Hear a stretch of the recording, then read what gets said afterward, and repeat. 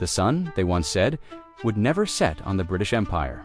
It was a boast carved in steel, coal, and the blood of distant continents. From the rainy docks of Liverpool to the humid jungles of India, the Union Jack was more than a flag. It was the world's operating system. But today, if you stand on Westminster Bridge and look at the shimmering glass towers of the City of London, you are not looking at a rising sun. You are looking at a supernova star that is burning with a blinding artificial light even as its core collapses into cold, dark rot. Welcome to the greatest paradox of the 21st century. On paper, the United Kingdom is a titan. It is a nuclear power, a G7 member, and the financial lungs of the planet. The City of London alone pumps out £109 billion in output every single year. It is a machine of pure, crystalline capital, housing 1/5 of all global financial jobs. To the outsider, to the tourist, to the investor in a business class seat flying into Heathrow, the UK looks like a gorgeous, ancient building, sturdy, aristocratic, and impossibly wealthy. But step inside that building, and the smell of damp earth and rust becomes unbearable. While the bankers in Canary Wharf move trillions with a keystroke, right outside their windows, a different reality is unfolding. Every 11 seconds, the time it takes for you to take 3 deep breaths a relief food parcel is handed to a starving family. Over 14 million people, nearly a quarter of the population, are trapped in the suffocating grip of poverty. This is not the poverty of a war-torn nation or a desert wasteland. This is a new, terrifying phenomenon, the third worldization of a Tier 1 superpower. It is a world where you can work 40 hours a week, wear a clean suit, and still not afford a block of cheese. It is a world where the National Health Service, once the envy of the globe, has a waiting list, 7 million people long roughly, the entire population of Hong Kong, standing in a silent, desperate line for surgery. We have been told that the UK's struggles are temporarily a hangover from COVID, a hiccup from the energy crisis, a side effect of a messy divorce from Europe. But the truth is far more profound. What we are witnessing is a macro-degenerative event. The hardware of the British state is failing. The social contract written in the aftermath of World War II has been shredded. In this video, we are going to peel back the gold leaf of London to see the hollowed-out timber beneath. We will explore how a nation that once built the world's railways can no longer keep sewage out of its own rivers. We will analyze the London black hole that is consuming the English countryside.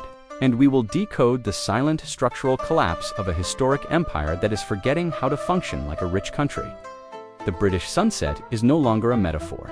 It is a lived reality, and the lesson it offers for every other wealthy nation on earth is chilling. Because if it can happen to the architects of modern capitalism, it can happen to anyone. Part 2. The Ghosts of Victoria, the Great Hallooing. To understand the decay of the present, we must first look at the ghost of the past. For over a century, Britain was the workshop of the world. The north of England was a landscape of fire and smoke, churning out the steel that bridged the American West and the textiles that clothed the East. Prosperity was rooted in making. It was physical, it was tangible. But in the 1980s, a fundamental mutation occurred. The UK decided it no longer wanted to be a workshop, it wanted to be a bank. Under the banner of the Big Bang deregulation, the country shifted its soul from the factory floor to the trading floor. We entered the era of financialization. On a macro scale, this was a brilliant move for the few, but a death sentence for the many. Capital began to flow toward London like water down a drain, leaving the industrial heartlands of Sheffield, Manchester, and the West Midlands to rust in the rain. This was the birth of the two Britons. One Britain is a global city-state called Londona, floating island of wealth that has more in common with New York or Singapore than it does with its own neighbors. The other Britain is everything else, a collection of left-behind towns where productivity has flatlined for 15 years. When a nation stops producing and starts speculating, its muscles atrophy.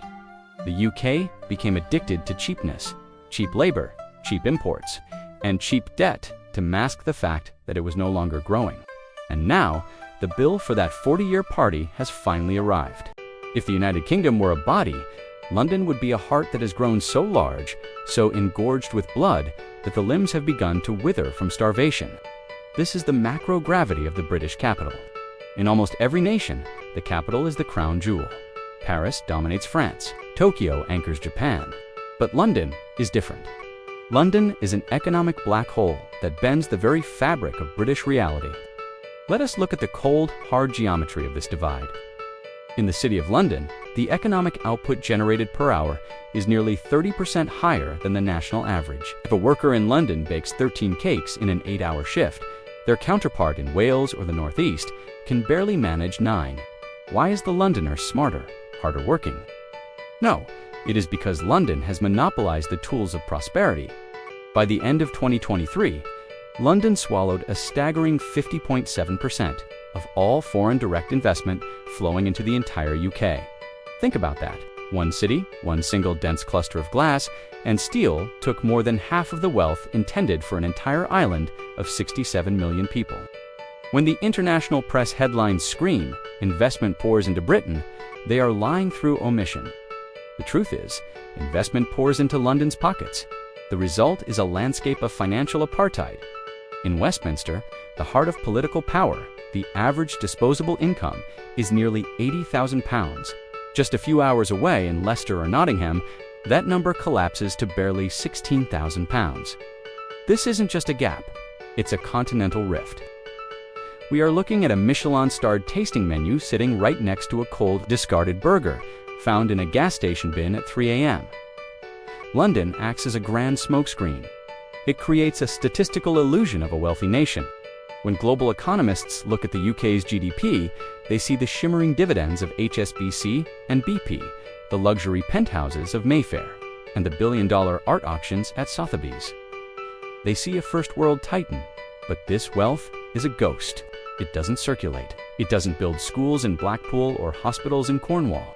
It stays within the M25 motorway, circulating in a closed loop of elite services, high finance, and international law.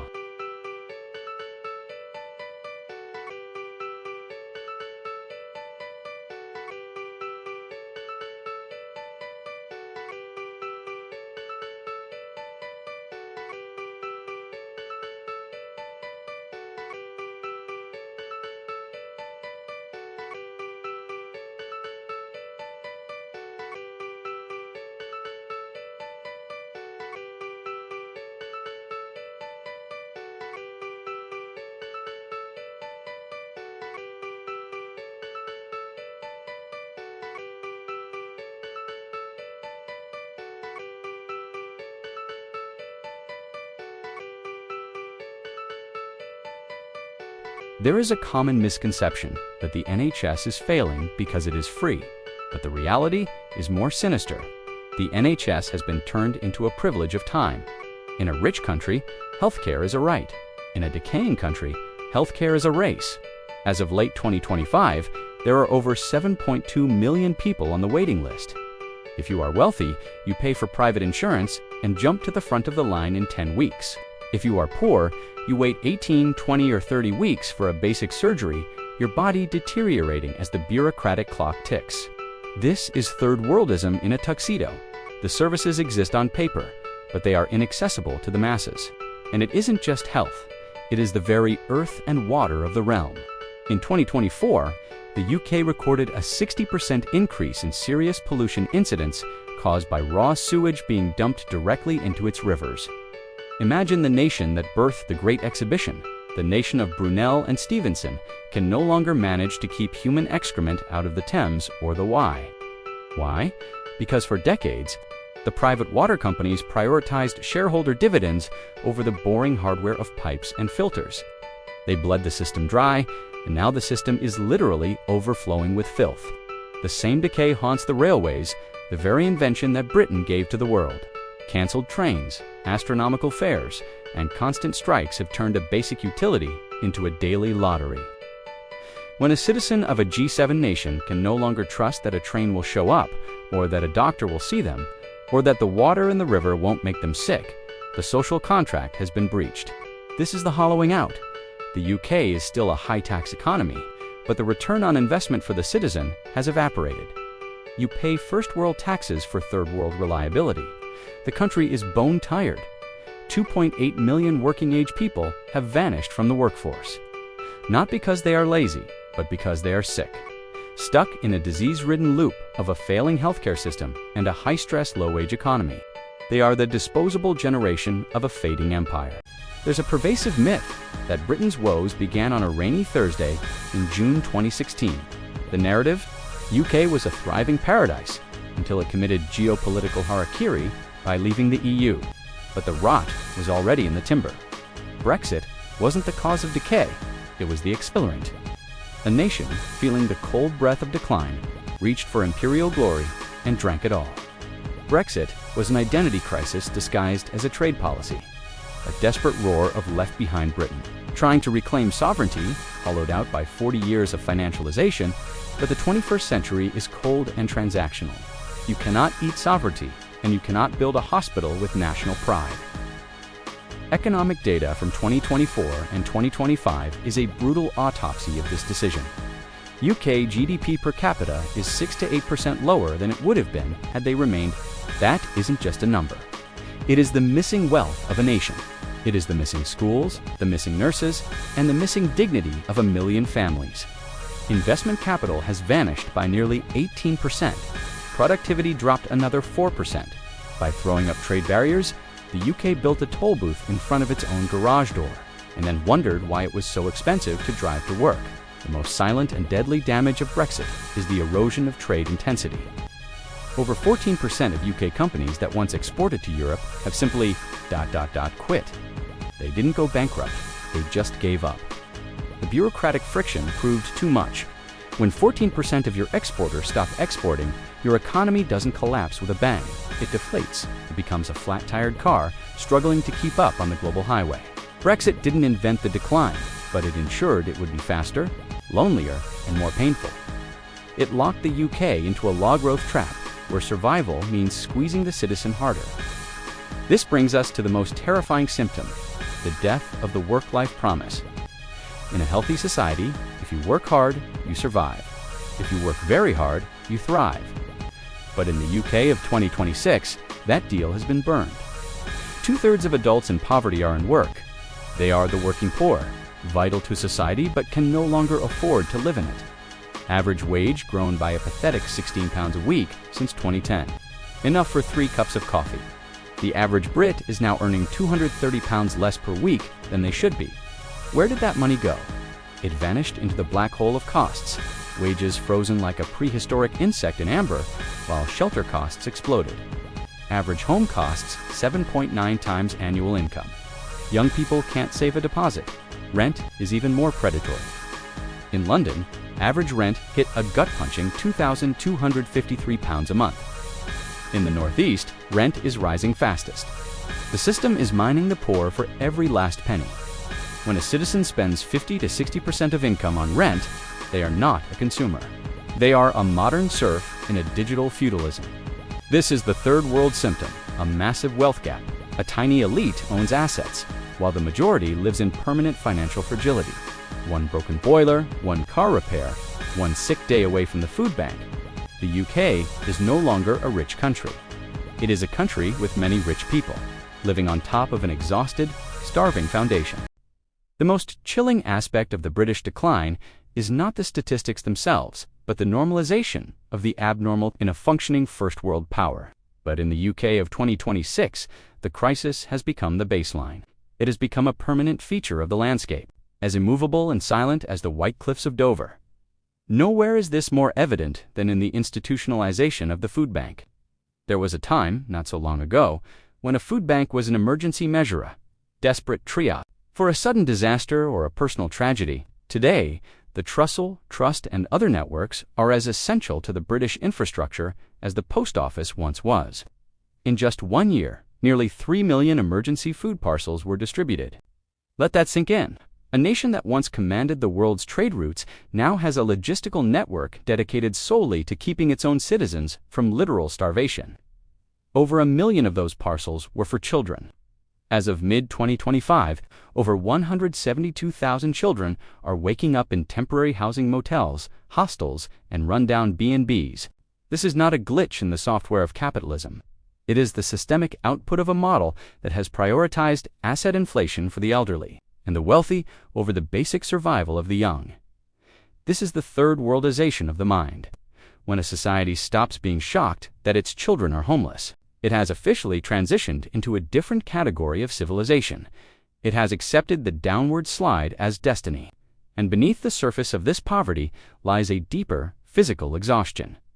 The British people are quite literally breaking down. Government data from 2025 points to a staggering 2.8 million working-age people who have completely vanished from the workforce due to long-term sickness.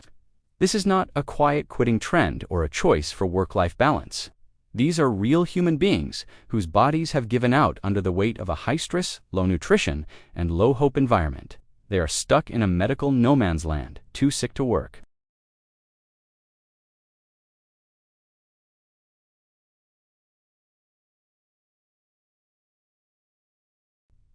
This collapse did not happen in a vacuum. It was a relay race of political failure, where each runner passed a burning stick to the next. If we look at the macro-political timeline, we see a decade of managed decline. David Cameron and George Osborne initiated the era of austerity, chipping away at the very foundations of local government and social safety nets to balance a spreadsheet that never truly balanced. Theresa May added the weight of Brexit uncertainty. Boris Johnson added the chaos of the pandemic and a cost of living shock. Liz Truss, in a terrifying few weeks of economic fundamentalism, caused a mortgage panic that blew up the dreams of millions of homeowners. Rishi Sunak inherited a stagnant, shivering system. And now, as the current leadership takes over, they are not inheriting a vibrant nation with a few problems. They are inheriting a bone-tired framework, a framework where the most basic kindergarten level tests clean water, safe streets, functional dentists, and arriving trains are being failed every single day. The UK is currently a paradox of luxury and rot. It still holds some of the wealthiest individuals and financial sectors on the planet, but it is increasingly having to use the London smokescreen to hide the truth. Behind the glitz of the Premier League and the pageantry of the Royals is a social management failure that looks nothing like the image on the postcard. The breakdown hasn't come with a loud bang or a revolutionary fire. It has come quietly, swallowing the nation whole through long waiting lines, stacks of unpaid bills, and the silent growing realization that tomorrow will likely be harder than today. The story of the United Kingdom in 2026 is not merely a story of bad luck or poor policy. In the grand theater of macro history, it is a cautionary tale about the entropy of empires. Throughout history, from Rome to the Ottomans, the collapse of a great power rarely happens in a single fiery battle. It happens through institutional fatigue, a slow, agonizing process where the core systems of a civilization simply forget how to function. The UK has entered a state of first world post-modernity. It is a wealthy nation that is no longer able to produce the outcomes of a wealthy nation. It has sacrificed its industrial muscle for financial magic, its social cohesion for ideological nostalgia, and its long-term maintenance for short-term dividends. The London smokescreen is no longer enough. You can only hide a hollowed-out country behind a shimmering capital for so long before the rot reaches the skyscrapers. When a G7 nation begins to show the symptoms of structural decay, the crumbling infrastructure, the inaccessible healthcare, the permanent reliance on charity for food, and the vanishing of the middle class, it is a signal to the rest of the Western world. The UK is the canary in the coal mine. It is a preview of what happens to any developed economy that prioritizes the optics of wealth over the foundations of life. It proves that status is fragile, and that prosperity is not a permanent birthright, but a garden that must be watered with investment, education, and genuine care for the citizen. As we stand in the twilight of this once global hegemon, we must ask ourselves, is the British sunset an isolated event? Or are we seeing the first major domino fall in a global reshuffling of power? The Union Jack still flies over Westminster. Big Ben still tolls the hour. But for the millions of souls trapped in the shadows of the food banks and the waiting lists, the bells are not ringing for a celebration. They are tolling for an era that has passed. The sun has finally set on the empire. And in the cold, gray morning that follows, the British people are left to wonder, how did we let the fire go out? This anatomy of the UK's decline is a mirror. It forces us to look at our own nations, our own cities, and our own systems. The breakdown of a superpower doesn't come with a bang. It quietly swallows you whole with long waiting lines, stacks of bills, and trains that never show up. If this deep dive into the macro history of the British decline helped you see the gears of the world turning beneath the surface, then our journey today has been a success. The first step to fixing a system is admitting that it is broken. The UK isn't just sliding, it is evolving into something new, something worrying, and something we all need to understand before the shadow reaches our own doorstep. Thank you for staying until the very last second of this epic journey. Your curiosity is the fuel that keeps this channel dissecting the truth. I'm Macro History, and this was the anatomy of an eclipse.